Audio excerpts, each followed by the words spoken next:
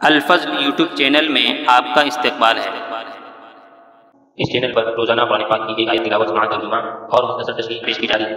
Video upload ہونے پر notification پانے کے لیے اس چینل کو سبسکرائب کریں اور بیل آئیکن ضرور دبائیں۔ السلام علیکم ورحمۃ اللہ وبرکاتہ۔ میرے دینی و ایمانی بھائیوں اور بہنوں، سورہ نساء آیت نمبر 32 پیش خدمت ہے۔ اعوذ باللہ من الشیطان الرجیم ولا تتمنوا ما فضل اللہ به بعضکم على بعض للرجال نصیب مما اکتسبوا وللنساء نصیب مما اکتسبن واسألوا اللہ من فضلہ ان اللہ کان بکل شیء علیما۔ اور اس چیز کی آرزو نہ کرو جس کے باعث اللہ تعالیٰ نے تم میں سے بعض کو بعض پر بزرگی دی۔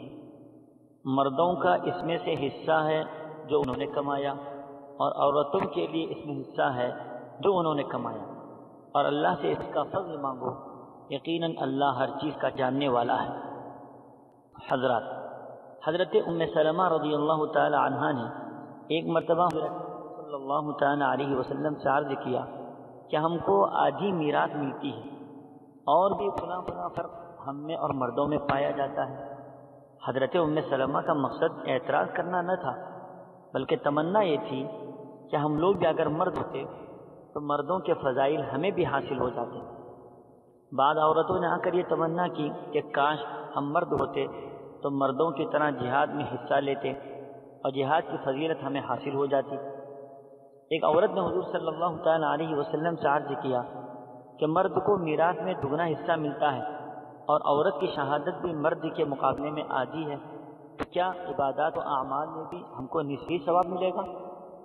انہی مذکورہ واقعات کے پس منظر میں یہ آیت نازل ہوئی، اور اس کا بہترین انداز میں اس آیت کے اندر جواب دیا گیا۔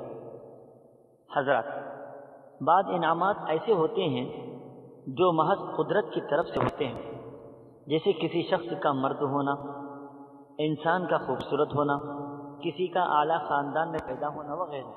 یہ ایسے فضائل ہیں جس کو دوسرا شخص جس کو یہ نعمت حاصل نہیں ہوئی ہے، عمر بھر بھی کوشش کر کے حاصل کرنا چاہے تو اس کو ہرگز حاصل نہیں کر سکتا، کیونکہ یہ غیر اختیاری چیزیں ہیں۔ جب انسان ایسی غیر اختیاری چیزوں کے حاصل کرنے میں لگ جاتا ہے اور دیکھتا ہے کہ یہ نعمت دوسرے کے پاس ہے، تو پھر اس کے دل میں حسد پیدا ہونے لگتا ہے، اور یہ خواہش کرنے لگتا ہے کہ وہ نعمت اسے چھین لی جائے تاکہ وہ اس سے محروم ہو جائے۔ اسی تمنا کا نام حسد ہے، جو انسانی اخلاق میں انتہائی شرمناک اور مضر خصلت ہے۔ دنیا کے بہت سے جھگڑوں اور فسادات، قتل و غارت گری کا سبب یہی ہے۔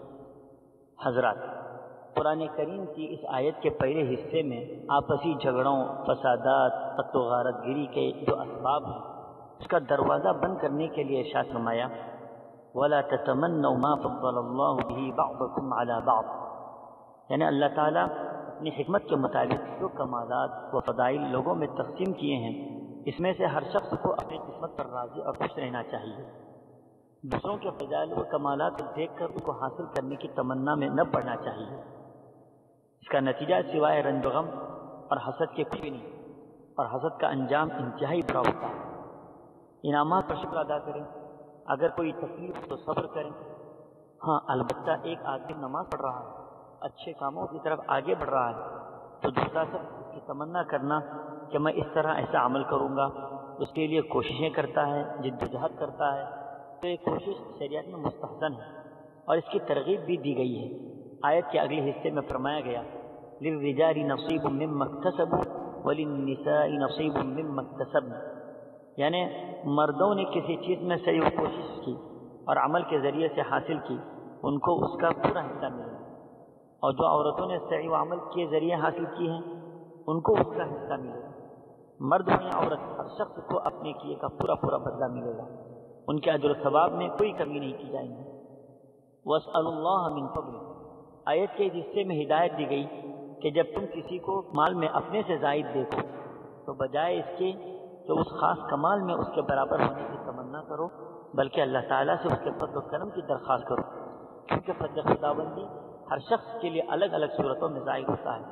اس لیے جب اللہ سے مانگو تو کسی خاص وصف معین کو مانگنے کے بجائے اللہ تعالیٰ کا فضل مانگو، تاکہ وہ اپنی حکمت کے مطابق تم پر اپنے فضل کا دروازہ کھول دے۔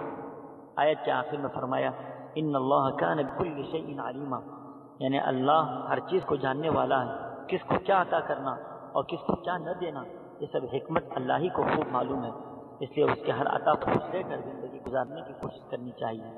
اللہ تعالیٰ ہم سبوں کو ہر حال میں شکر ادا کرنے کی توفیق عطا فرمائے، آمین۔